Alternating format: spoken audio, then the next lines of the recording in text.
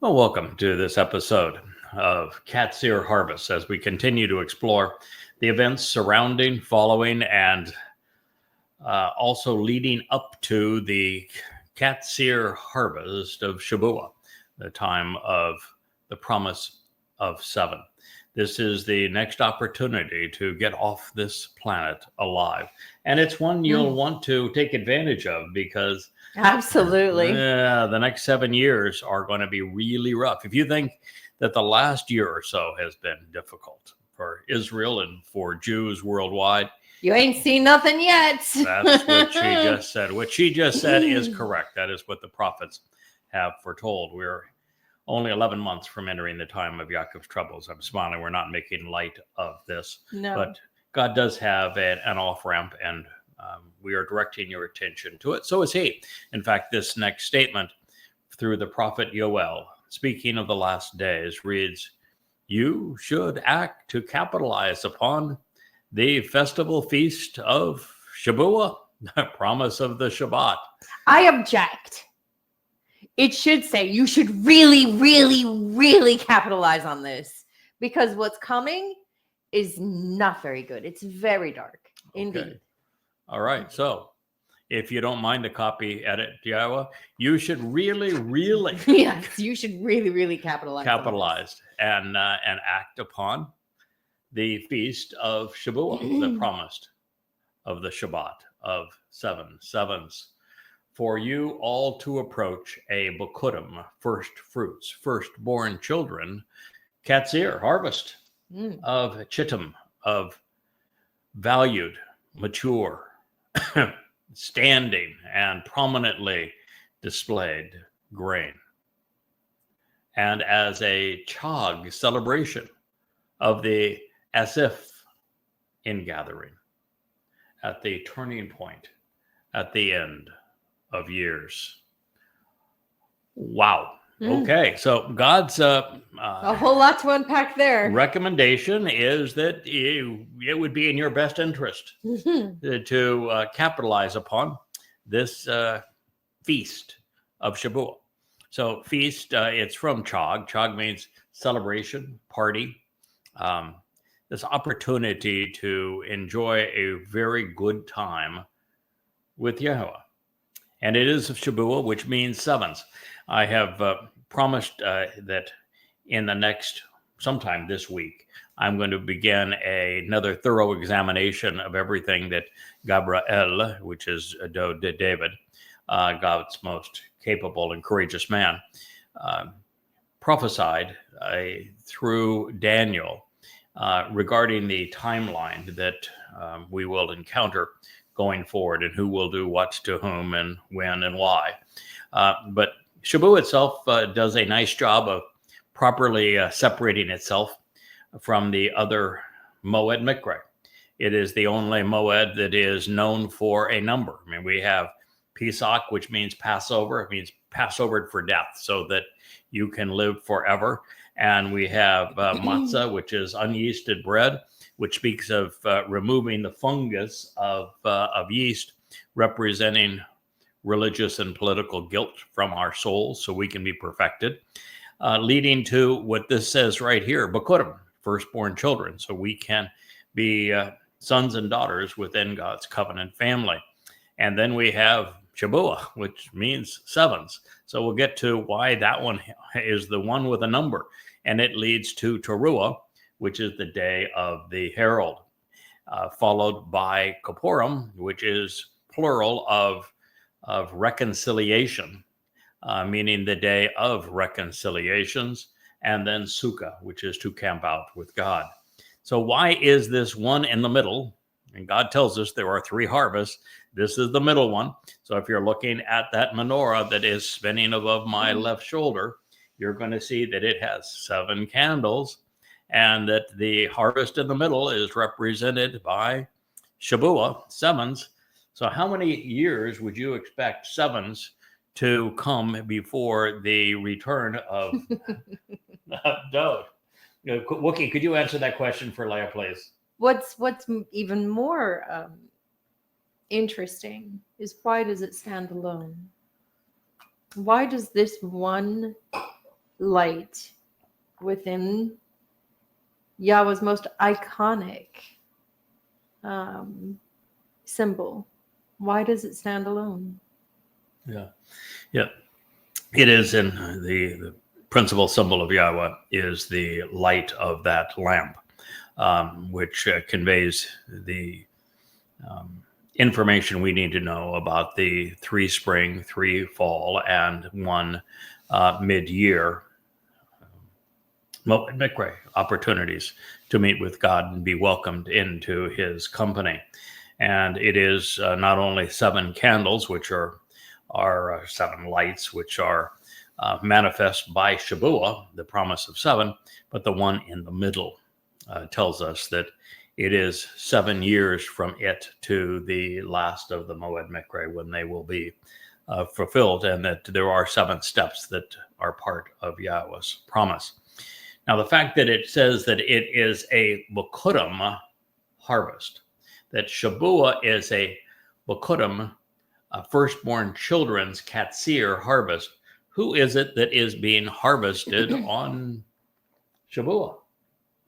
Only those that know Yahweh's name, have fulfilled the terms and conditions of the family relationship, and have celebrated with Yahweh, understand his plan, his way home, and have given up all other religious and political ideologies. Those are his children. Yeah, it would be the children of the covenant. Would be and they recognize their king. Would be the children, and you only become a child of the covenant if you accept the terms of the covenant and capitalize upon Dod's fulfillment. And if you accept his family, which includes his firstborn, Dod. Right. So you would have to capitalize to be a firstborn children participant in Shabuwa.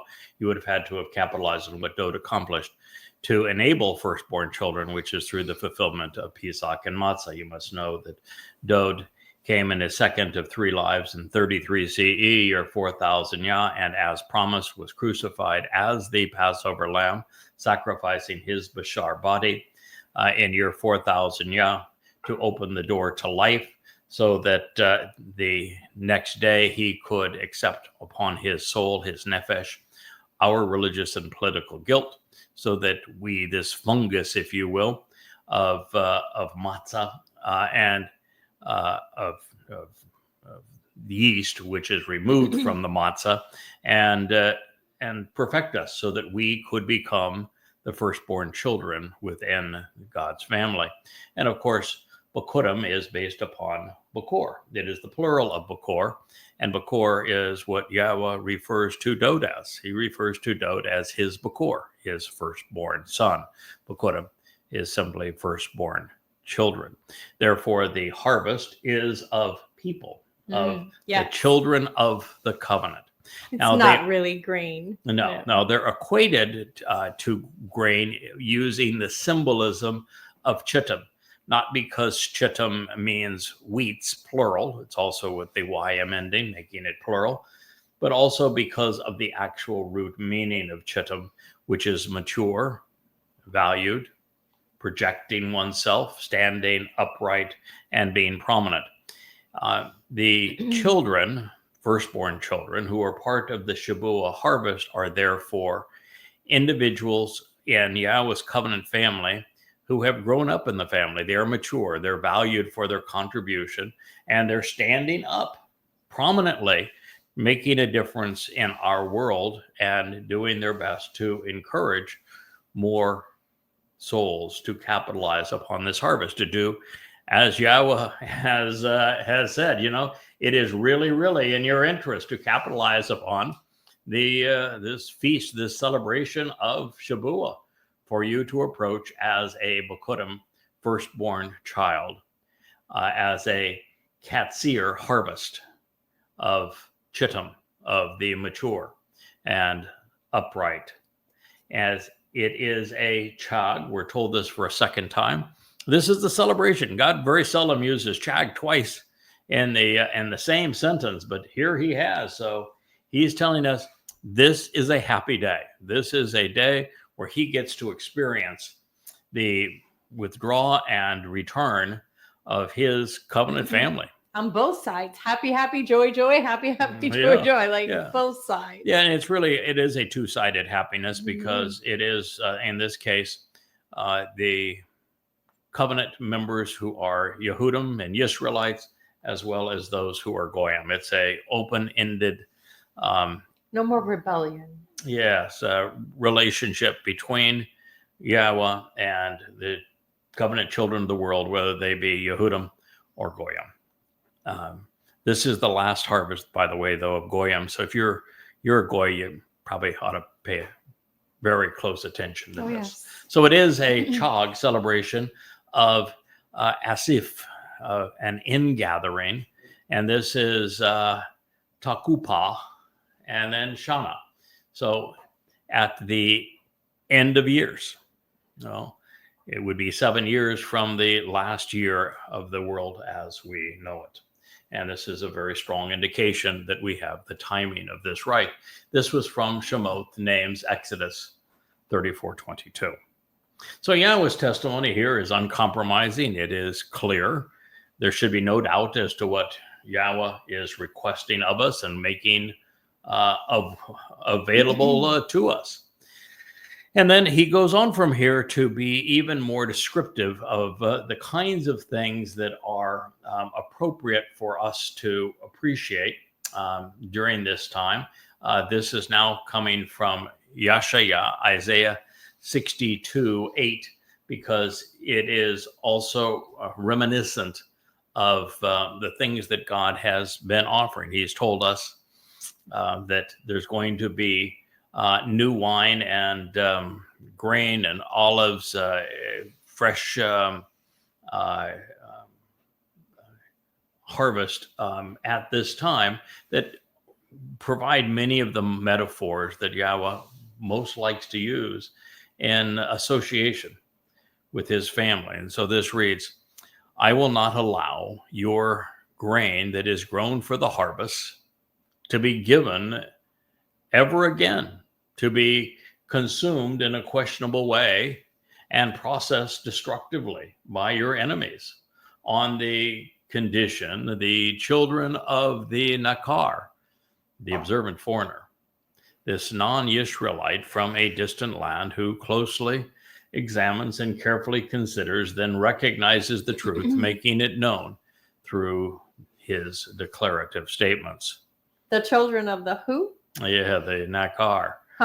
Yeah, choose to consume your freshly pressed and renewing wine, recently harvested and prepared for your inheritance of the vineyard over which you have labored with him.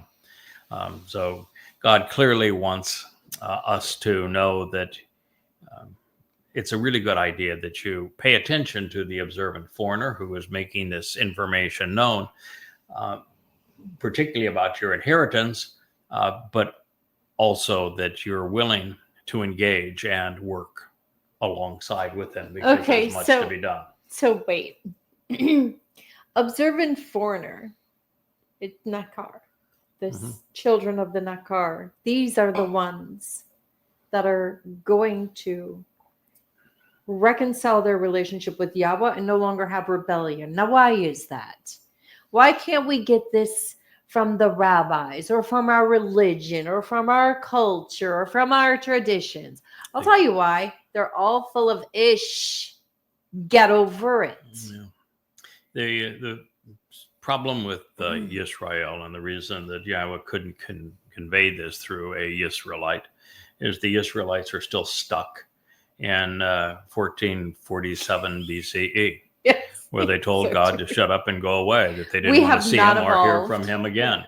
And, until you can get over yourselves in that regard and start saying, hey, sorry, that was a really dumb move. We would really like you to come back and we'll return to you, start listening to you and welcome you into our presence, be appreciative of you. And then you would be at a position where God could speak with you and through you again. But until that happens, well, you got us. Yeah, and we're not here to coddle you either. No. So this is similar to the prophecy in Yoel, which is what led us to this, reinforcing the idea that the wine being served is as a way to celebrate what we are inheriting. And the timing is similar as well, suggesting that these prophecies are related and that they are intended for the last days. This theme is then reinforced by Yahweh through Hosha, which is also addressing this same event, the same purpose, and the same time, also speaking of this new wine of inheritance. And then through Hosha, God said, and yet she did not discern or realize, even acknowledge, that by contrast, I had given her enduring grain.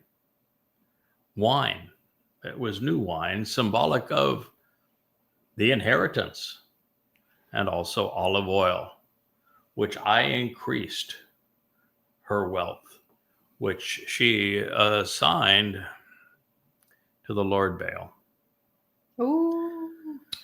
Therefore, when I return to restore, I will select, accept, grasp hold of, and receive my grain, which will be increasing and growing for having observed this banner at the proper time, along with my new wine as an inheritance, as part of his continuing witness to the appointed meetings. Then I will rescue and defend by delivering my wool and my linen to conceal her nakedness, her vulnerabilities and imperfections. Hosha 2:9. Again, every one of these things is loaded with insights which we can unpack. And so God is saying exactly what we just said moments ago, that the reason that he's not conveying this message through a Israelite is because Israel became a religious whore. And she is still the adulterous woman. And she has not yet discerned, recognized, or acknowledged what God had given to her. It's worse than that. I'm going to go there. Mm-hmm. If it's day, she'll tell you it's night. Mm-hmm. If it's wrong, she'll tell you it's right.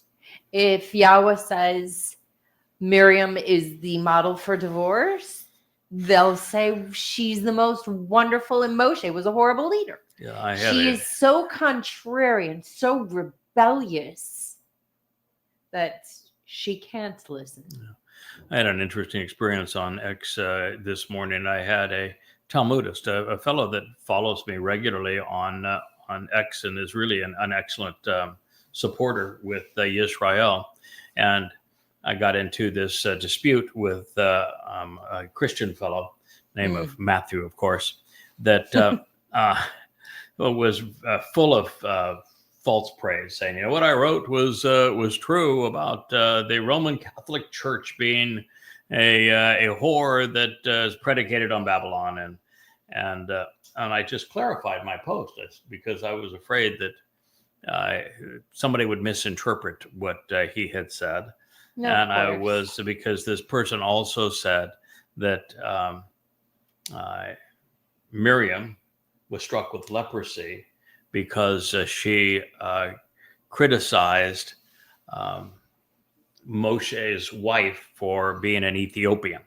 Oh, the racist thing. Yeah, that's from the rabbis. That's all rabbinical. Yeah, but that's also Christianity is into that too. Okay, so they have the same interpretation. Because they get it from the rabbis. So I corrected this person and said, no, that is not the story of Numbers 11 and Numbers 12.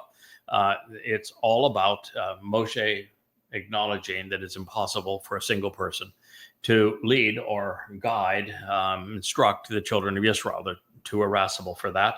And then while he's on his heels, the excuse that Miriam gave was Moshe's wife.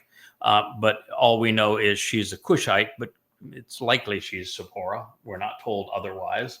And there's lots of places that are identified with Cush, Upper Mesopotamia, Arabia. Both north and southern regions associated with Egypt are all at various times referred to as Cushi. So large territory, if you will. So but I said, Yahweh never even mentions it again. So from God's point of view, the issue was not race. From God's point of view, the issue was that Miriam also claimed that she too spoke for God and that God struck her with leprosy because Let's back of this that. up. What is Miriam's name? What's the root I know, to yeah, I that? know. Like Bitter, contentious and bittered. Yeah. But so this person, said, "Do they? How long do they let you out of your padded cell each day?" So charming. But Wow. this is a Talmudist, at least, and maybe it's unfair to call him a Talmudist, but he certainly is a very knowledgeable in the rabbinical writings in the Talmud, as well as the Torah. And he took this fellow to task. So my point was, occasionally you can find a Israelite who is willing to be supportive. He says, yeah, everything he said about the way he's interpreting this not only is accurate, his interpretations predate even the birth of Christianity. And so, it's a very astute conclusion that he has come to. And it is true that the rabbis take a very different point of view. So you can find some Jews that are supportive. So this says, she did not discern or realize, even acknowledge that by contrast, I had given to her the enduring grain, and as well as the new wine that is symbolic of inheritance and olive oil. Israel remains, for the most part, as Israel was in 1447 BCE during the Exodus, where they were so unappreciative of what Yahweh was providing that they rebelled against him, and they literally told God to shut up and go away. So it is important we recognize that Israel's not open to what we're saying. I mean, the testimony that I've been explaining, translating, commenting on, providing insights about from the Torah and prophets for these last 24 years has been available to everyone for that period of time, and yet no one understood it. So Israel remains the adulterous woman, unable to discern what God has provided. And, these things are important. Enduring grain is symbolic of the souls that are harvested on Shabuwa. And the olive oil is not only symbolic of living forever and having a healing message and the illumination that the Spirit provides and that God provides, but it's also the olive harvest that follows the grain harvest of Shabuwa, with the olive harvest happening on Teruah. Then it says that all of this was designed to be as an inheritance. The new wine that would be symbolic of inheritance would be associated with the blood of the lamb that is put on the doorway to life. So you have 3 of the Moed Miqra'ey fulfilled in those words. And I increased her wealth, and she assigned it to the Lord. In rabbinic Judaism, they write Adonai. About the Lord. Their translations all say the Lord. They've replaced Yahweh's name with the Lord. And therefore, they transferred everything that God had said to them, everything that Yahweh had promised. They've transferred it all to the Lord. The Lord, Habel, the Lord. The Lord is the owner and the master, possessing and ruling over her. You look at the witness of Eliah as he confronted the religious establishment of Israel, the people that he condemned. The Lord. Were the prophets of the Lord of Baal. The Lord is Hasatan, who wants to lord over the people. Yahweh wants to be our Father, not our Lord. And therefore, God is saying that Judaism has replaced him with the Lord. And by so doing, the Lord doesn't represent and reference Yahweh, nor does Hashem, but instead in Judaism, the God of Judaism is the Lord Baal, and therefore the adversary. Therefore, when I return to restore, and God is going to restore, He's made it very clear: shub for shub, or no shub for you. And so there are going to be a number of Israelites who shub, who change, so that Yahweh can return and restore them. Therefore, when I return to restore, this would be from the Hebrew verb shub. Shub. I will select, accept, grasp hold of, and receive lakash. I will take within my hands my grain, which will be increasing and growing for having observed this banner at the proper time. The grain that Yahweh is going to grasp hold of is the grain of the standing grain of the Shabuwa, of the Shabuwa harvest, and that this new wine of inheritance means that they will be Bakurim, firstborn children, that capitalized on Pesach, representing the new wine and the inheritance that comes by way of Bakurim being adopted into God's covenant family. And this is all part of the Moed, this continuing witness to the appointed meetings, this restoring testimony that God is providing to us. That's an interesting term that he uses there for a continuing witness. Mm-hmm. Yes. Then I will rescue and defend by delivering my wool and my linen to conceal her nakedness and vulnerabilities and imperfections. So let's go back to the. That's a relief. Yes. So we have a couple of things here. I was preferred, the beauty of nothing but a smile, but nonetheless, I was going to clothe this adulterous woman. Now, here's a couple of insights. One of them is that when Yahweh goes back to Miriam, who is the most adulterous of all of Israel, as a woman, she was one who was part of the covenant and expelled from it, divorced from God, and she was then became leprous, which means don't touch her, don't go near her, don't have anything to do with her, don't even unclean, go close to her house. Yes, yeah. Because she is leprous. That we know that the Adamah Parah is responsible for cleansing the adulterous woman that is Israel. And to do that, because she is currently leprous, she has to be cleansed.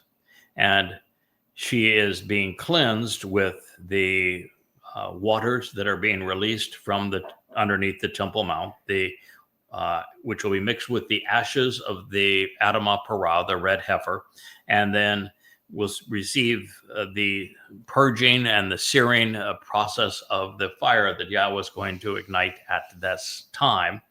And the combination of those things are going to cleanse her apparel. But rather than just cleanse her apparel, God's going to say, I'm going to replace it. I'm going to give you some new wool, and I'm going to give you some new linen.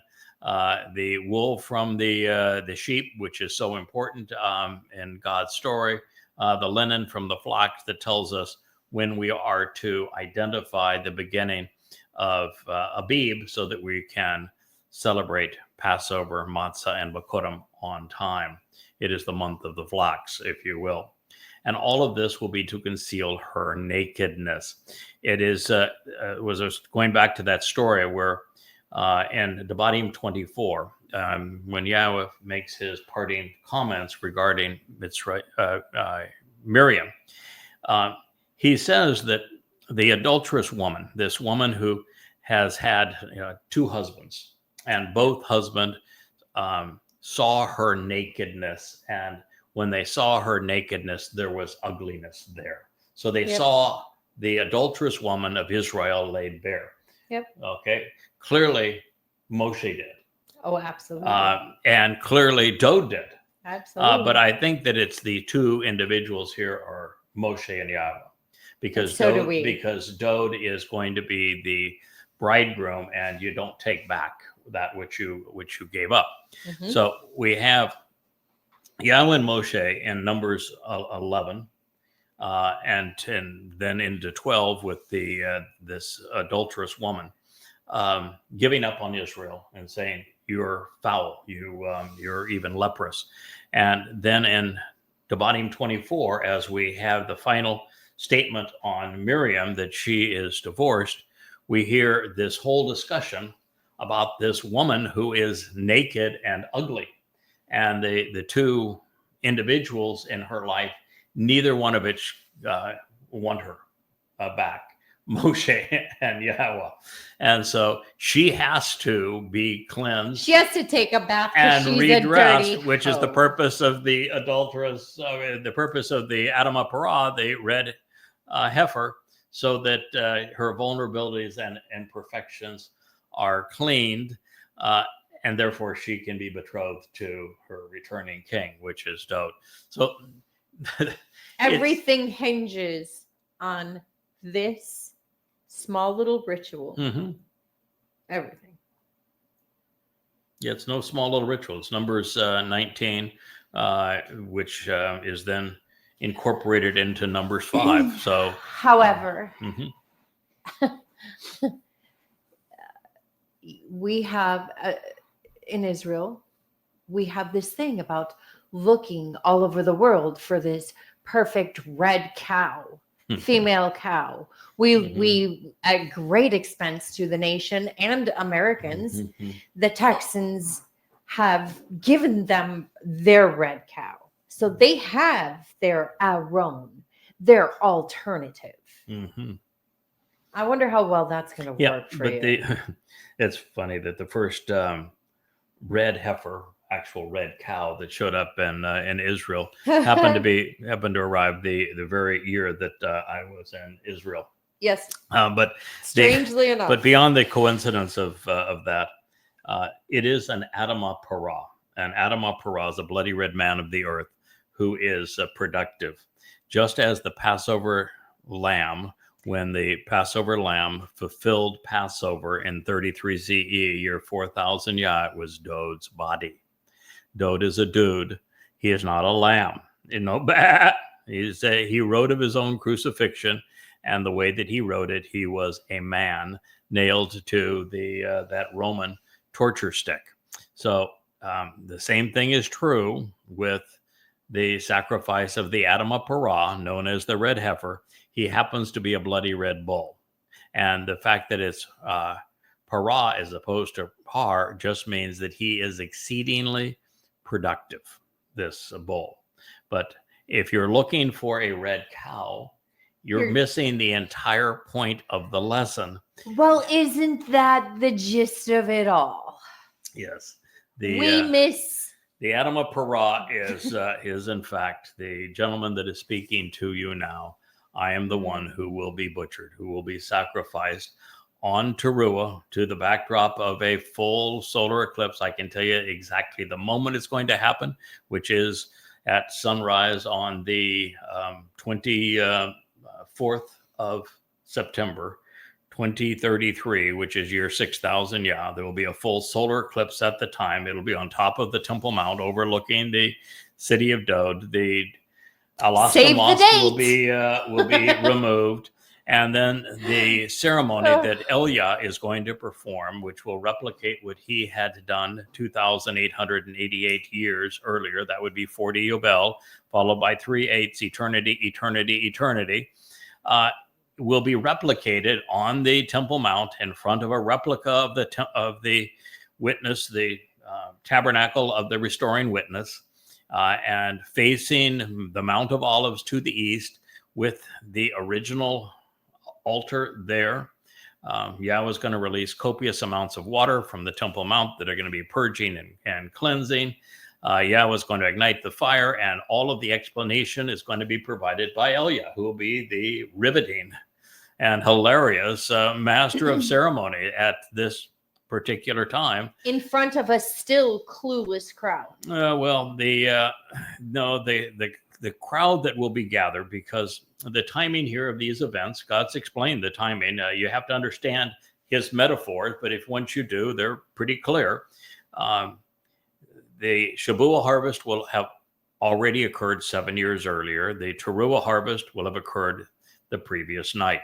And the reason for the Teruah harvest, this gleaning, lakat, the previous night, is that everyone during the preceding 7 years, from the harvest of Shabuwa to the lakat, gleaning of Teruah, during that 7 years, anyone who accepted the terms and conditions of the covenant and attended in the proper way the Moed Miqra'ey, and understood how Dode fulfilled them, has re-embraced Yahweh's name, and done these sorts of things, will be covenant, and as covenant, they deserve to be transferred to immortal beings comprised of light, and they will receive that benefit at that point. And it speaks of specifically 2 or 3 from the uppermost branches, those would be Yehudim, and 4 or 5 from the branches which have been cut away, those would be Israelites. Now, there's your olive so oil. now all you have left is non-covenant members.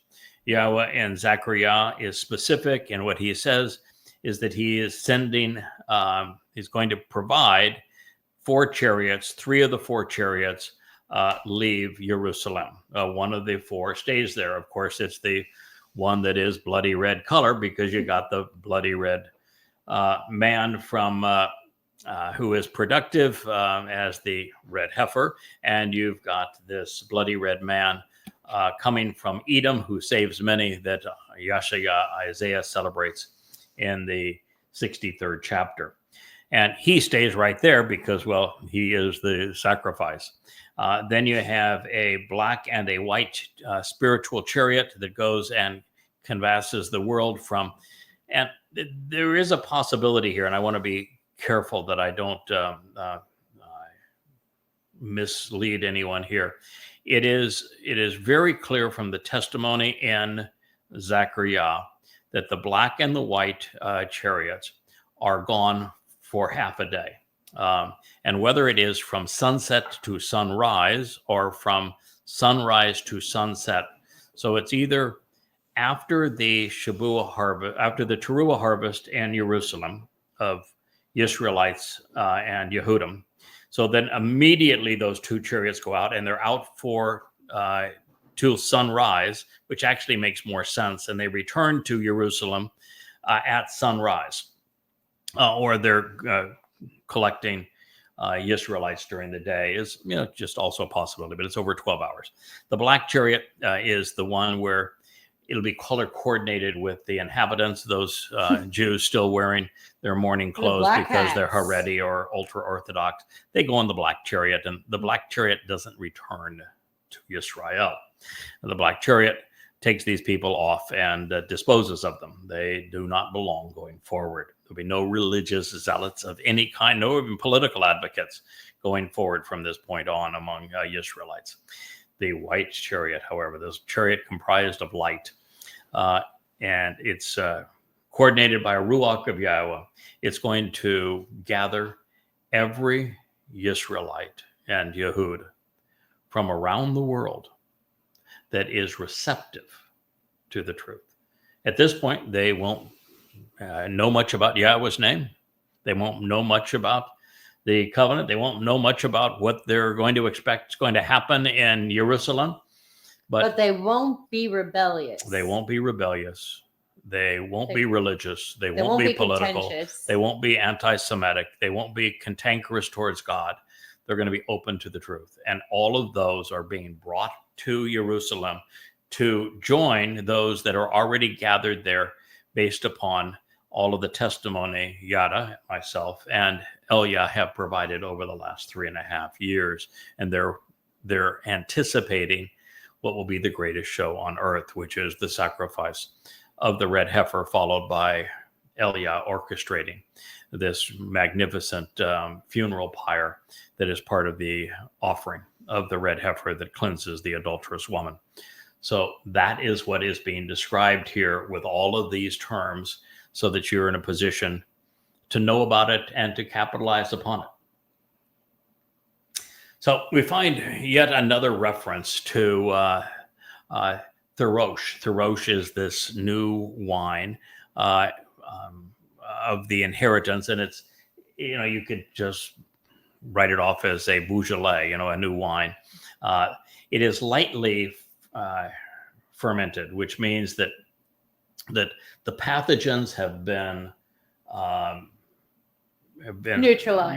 neutralized, so that there's enough alcohol to make the wine safe, to make the water safe to drink, if you will, but not enough in there to be intoxicating. And Beaujolais typically have a lower alcohol content. That's what I meant. They have a lot. That's what I meant by it's a new wine. It's a Beaujolais with very low alcohol content, just enough to dispose of the pathogens without being intoxicating. Is the message here? But yet something that ties in to Passover, because of the fact of the matter is that it's essential what Moed did for us in fulfilling it. So this is another reference. It says, and the land, this would be either the Earths or Israel, will respond with grain, growing exponentially, becoming an heir by the new wine. So the grain becomes an heir by the new wine, and the olive oil representing the spirit of enlightenment. The grain, Shabuwa, the olive oil, Teruah, and this collectively, they are part of the inheritance. And it says the olive oil representing the spirit of enlightenment, and they will want to provide answers regarding that which is associated with Yisrael. And this is not Israel in the sense of the individuals who engage and endure with God. This is Yzrael. These, and so it is from Zerah, and with the Y in front of it, suggesting that it is in first person, which would be my, and then Zerah as seeds which are sown, which grow and become harvestable, and El associated with God. So it would be my Israel, my seeds. You forgot the Ra, which is shepherding God. Yeah. Concerning his connection with seeds being sown and becoming productive, and thus what is conceived and produced by God, from Zerah to sow, conceive, produce, and yield, and El, God, commonly transliterated as Jezreel. But when you look at the component parts, there's so much more to the story than that. Now, since this is so instructive, let's consider an additional prophetic statement regarding the interplay between these harvests of grain and olives in association with the inheritance provided by the new wine. One of the most interesting is found in the same chapter of Jeremiah, where the restoration of the covenant is foretold. So this is potentially very revealing. Yes, I think a lot of Christians get this one wrong. They will come and sing aloud and for joy in the heights of exaltation of Zion, of the signs posted along the way. And they will have a joyful countenance as they travel in mass, becoming radiant to all that is good and beneficial, productive and pleasing of Yahweh, regarding the grain being increased and multiplied, and regarding becoming an heir by the new wine, and regarding the olive oil, representing the spirit of enlightenment, over and upon the children of the flock, and at the beginning of a new day for those who seek, who consider and reflect. Then their souls will be able to exist like an abundantly watered garden, and they will not continually contribute to their dismay, distress, or despair anymore. Again, it is the same story that Yahweh has told us hundreds of times. And let me go back and I will explain this, because the same symbols are being used to reveal how Yahweh is ultimately going to prepare the mortal remnant of Yisrael to be betrothed to his beloved son upon his return with Dod on Yom Kippurim, so that we can celebrate the wedding and the honeymoon for the next 1,000 years during Sukkah. Okay, so it says they will come. Wabo, they will come. So this means that God's children, Israelites, are going to come to Jerusalem. It means that they're going to be brought to Jerusalem by the white chariot. By the way, the one that I didn't mention in this particular program is the dappled chariot, and it is responsible for Goyim with the proper attitude and attributes to be of service during the millennial Shabbat. They will come and they will sing aloud for joy. It's going to be a party. God's going to have, we're going to have another, it's a chag. Yeah, going to have a party here, and the party is going to be Shabuwa, Teruah, and Kippurim, but this particular party is now Teruah. So they will come, and they will sing aloud and for joy. This is Ranan. And Ruah speaks of making a declaration, of even blasting away on the shofar. Mm-hmm. In the heights of exaltation. The heights of exaltation of Zion would be this ridge line that runs right down the core of Mount Moriah from Yah's home at the Direct top. From Dod's house to Yah's house. Right to Dod's house at the bottom. It is a beeline. Baby, it is 2 Samuel 7 is what Zion is right here. And if you want to follow the firstborn of Yah, to the eternal home for the covenant family, you follow those signs that are posted along the way. Or just listen to his herald. And they will have a joyful countenance as they travel in mass, beaming and radiant. They're going to be traveling in that white chariot that is white with light and enlightenment and the spirit. And you got to know that the spirit of Yahweh, it's the Ruach, that is responsible for that chariot, is not going to be quiet along the way. And the spirit's going to say, okay, numbskulls, this is really your last chance. Do not screw this up. This is what's going to happen. Lap it up, dance in it, celebrate it. So I think they're going to come recognizing, wow, we made it.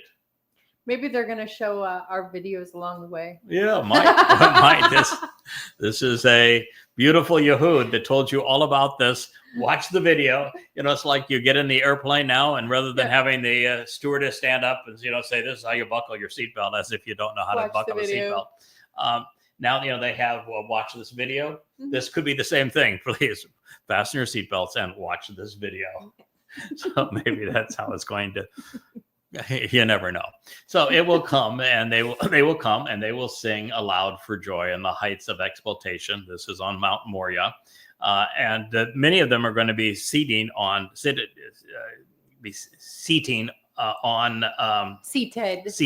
There you go. They will be seated. Past tense verb in the future. They will be seated on the Mount of Olives, because it actually climbs up higher than does Moriah, and it gives stadium seating. Well, that chariot has to have somewhere to land, right? Yeah, of what's going to happen, because the sacrifice of the red heifer and Eliah's narrative all occurs facing east, because the tabernacle always faced east. So it's going to face the... despite what the religious will tell you. Yes, it's going to face the Mount of Olives. Mm-hmm. So... and the signs will be posted all along the way between these, the tabernacle of the restoring witness and Dod's home in the city of Dod. And they will have traveled in mass, beaming and radiant to all that is good, beneficial, productive, and pleasing, because that is now their preparation to be betrothed to Dod. Yahweh is ecstatic, and it says of Yahweh regarding.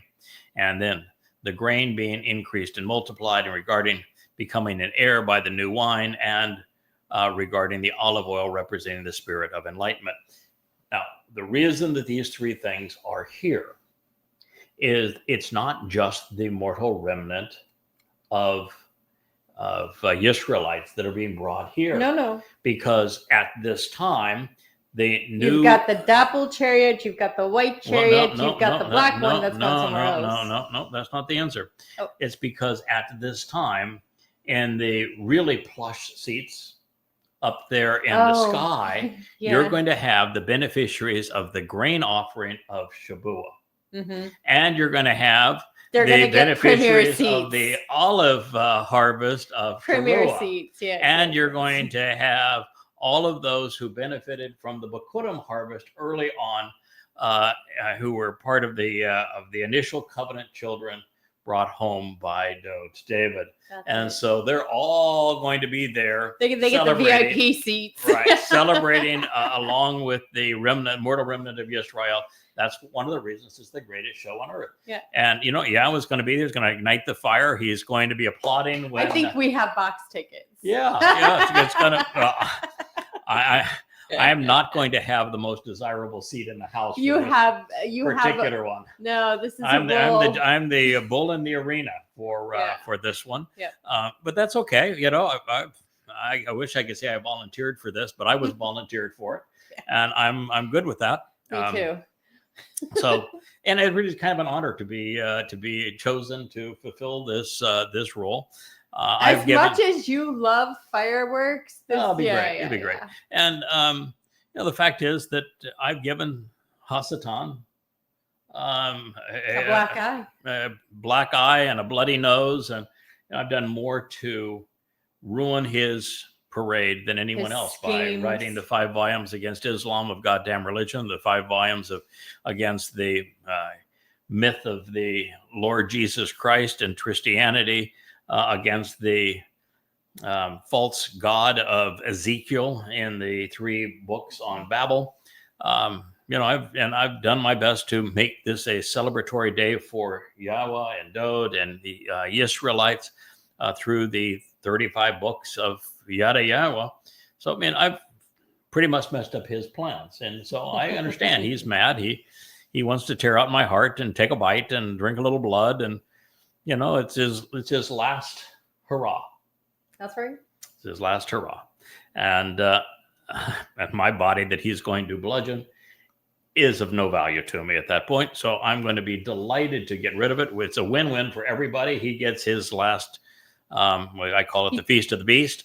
He gets what he thinks he wants. Eat flesh, drink blood, and celebrate my death, while I get to shed this mortal body and stand along the right hand of Dod, our king. So works out beautifully for everybody, and then Leah gets to go and kick and punch kick him in the shins. Yeah, Hasatan, kick him in the shins before he's off to hell, and Yahweh seems fine with that whole prospect. So, so this will be all regarding the olive oil representing the spirit of enlightenment, because the olive oil and the spirit of enlightenment are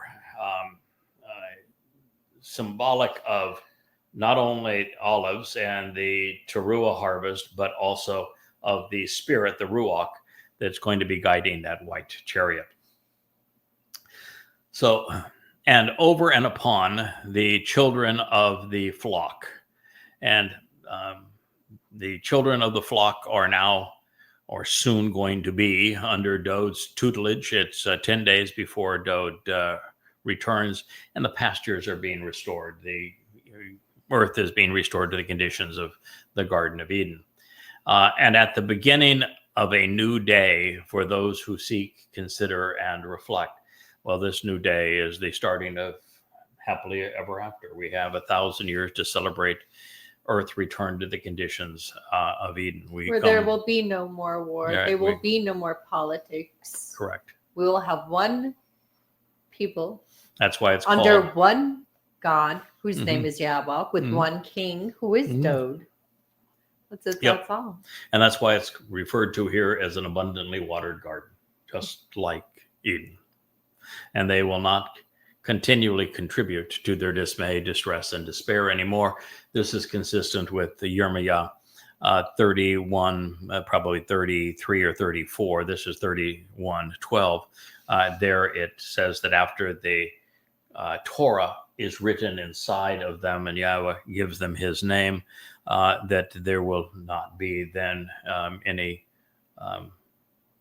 corruption. The corruption of his testimony will cease at that point. And so this is saying very much the same thing. So this is prophetic of those who take part in the Shabuwa harvest of grain and the teruah gleaning of olives, becoming heirs to the universe as a result of Passover, matzah, and Bikuwrym. And naturally, these saved souls are singing for joy on witnessing the signs posted along the way on Zion. The beneficiaries of these Moedim are a shimmering stream in terms of the Shabuwa and the teruah harvest, and those who are part of the mortal remnant are being scrubbed up clean. Their faces will be glowing in the flames that'll be roaring to the heavens that Yahweh will ignite at this time. Everything will be beautifully and brilliantly illuminated. It's joyful as we all enjoy the beneficial and satisfying, pleasing results that Yahweh is preparing for us. From this moment forward, all we will know is joy. It's usually dinner and a show, but I guess this time it's the show first. Mm-hmm. There are other telling references to wine, grain, and olives dispersed throughout the Torah and prophets. Should you want to consider them, and they are found in Hosha. Take your pencil out. Hosha 4:11 and 9:2, and Bamidbar Numbers 18:12, Devarim, Deuteronomy 7:13, 11:14, 12:7, 14:23, and finally in 33:28 of Devarim. These restorative references are presented also in Second Chronicles, words for the day, 32:28, and in the Mashal proverb of 3:10, along with other writings. They are also mentioned in prophetic revelations found in Yeshaya, Isaiah 65:8, which is getting very near the end of his testimony, and Micah 6:15, and Zechariah 9:17, in addition to the upcoming statements that we'll soon consider in Yoel. It's a long list there. Yeah, 2:24. So when Yahweh comes up with his metaphors, he sticks with them. This is his metaphor. We've explained what each of these symbols represent and how they come together to create this grand celebration of life as Yahweh intends it. This is his plan, and if you want to be a beneficiary, capitalize. If you don't, then don't. That's your call. The one thing I would encourage you to do is don't piss him off by promoting a replacement name like the Lord or Hashem, or by denouncing the role that his beloved son played to make all of this possible by adhering to a religion that was founded based upon a Bar Kokhba, son of a star, or a Jesus Christ who never existed. Or by saying that you too can speak for God. Don't say that. No, never say that. Don't say that.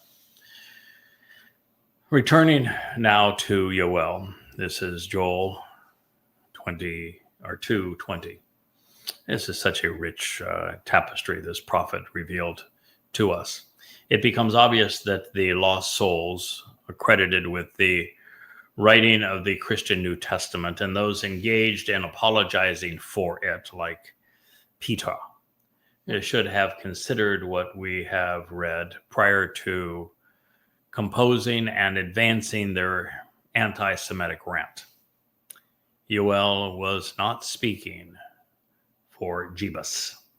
No Mr. Christ here.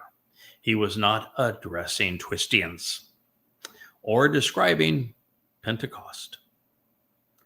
This prophecy from Yahweh is presented on behalf of Yehudim, and it has not yet been fulfilled.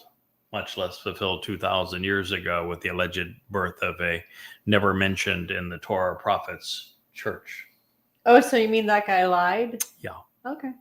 And when it is fulfilled, God's going to be on the side of the Yahweh. This is true. This is true. This ongoing prophecy is likely speaking of the assailants, anyway, of Muslims from Turkey, from Lebanon, from Syria, Iran, and Iraq, as well as from Jordan, entering Israel from the north. And from the east, we can expect the Saudis and Kuwaitis to join the last jihad. Maybe even the Houthis. Oh, God. One can only expect so much of these subhuman malcontents. It is also good news to know that by working together on behalf of Yahweh and his people, we will prevail, providing a satisfying fulfillment to all of these prophecies, the happily ever after that we are striving towards. So as a direct result, Yehudim will return to Yah. And as they do, Yahweh will respond. So this will be our concluding statement for today's program. This is Yahweh speaking, I will avoid any association with, and I will remove Rakak. I will distance myself from and send very, very far away, severing any connection with the invading army from the north, whose objectives are concealed, along with their use of stealth and duplicity. Wa'etha Saphoni, this military comprised of militants from the north, whose quest for treasure remains undisclosed, whose motives are sinister, and who prefer to remain hidden and unseen, especially with regard to their actual intent. It is from Safan to hide from discovery and to seek treasures and own, powerful and all-encompassing, from within and over you. It hurts me to say from within, but from within and upon you. Then I will drive him out, and I will banish him into a realm which is parched and lifeless, a deserted desolation. Concerning his appearance, facing forward, pacing towards the sea, from the east he will meet his demise. At the conclusion of this journey, doing so at the sea in the end. And his stench will rise up, and his putrid smell will ascend, because he has acted boastfully. Yoel, Yahweh is God, Joel 2:20. Well, such will be the end of Islamic militarism. All of the Muslims in the world are no match for Yahweh. He will do what the IDF could not. Nope. We are now free to walk about and enjoy the planet. It isn't just that Yahweh favors Yisrael. He disavows other associations. And this time, the point of departure sounds bad for those on the wrong side of this impenetrable divide. Now, most translations state that this foe will be arriving from the north instead of also from the east. Their justification comes by way of a derivative of Saphoni. However, its verbal root reveals something far more menacing. This invading army will have concealed their objectives, and they will deploy either duplicitously through diplomacy or by stealth technology. Now, what that will mean is that if from the north, if the Turks, they're going to say, oh, we'll be a security force we're going to protect you, Israel. No problem. I know there's jihadists here, but you can trust us. We're going to protect you. They seek to annihilate Jews. There's even rumor that Israel is and the Turks are not moronic enough to sign an Abraham Accord with the head of the Islamic State in Jolani. And, of course, with the psychopath, Mohammed bin Salman. But there is just no telling for the foolishness of what Jews are doing today to themselves. But that is likely what is here. Plus, there will be stealth drones that will be deployed at this time as well. That's the purpose of this. They're going to be questing treasure, which seems like it is Muslims out seeking booty and plunder. According to God, their march from the north and east toward the Mediterranean Sea, or it could be the sea. The Dead Sea is also an opportunity here. So they could be coming across from the Dead Sea. But the sea is symbolic of Goyim. This will be an Arab army. It's going to be halted, and they will meet their demise. There are going to be so many of them, and their ambitions so grandiose. The stench from their decay will be appalling, as was their demonic religion. And we will delve more into this in our next program. Yes, Leah? Their stench is already appalling. Yeah. So the text again reads, I will avoid any association with them, and I will remove them. So those who are invading Israel, and this is could be descriptive of the last battle of the Great Jihad, which will be Alaska Flood 2.0. Yep. It is described elsewhere in Yoel as comprising so many militants they will look like 83. black ants on the mountains, too many to count. And Yahweh says, nope, I am removing them. I am doing away with them. They will be no more. And the invading army from the north, whose objectives are concealed and sinister in their duplicity. In Islam, the Treaty of Hudaybiyah, which happened right before Muhammad attacked Kabar. It was so ruthless to the Jews there, and then came down the next year and devastated Kabbaville, which would have been in Petra at the time.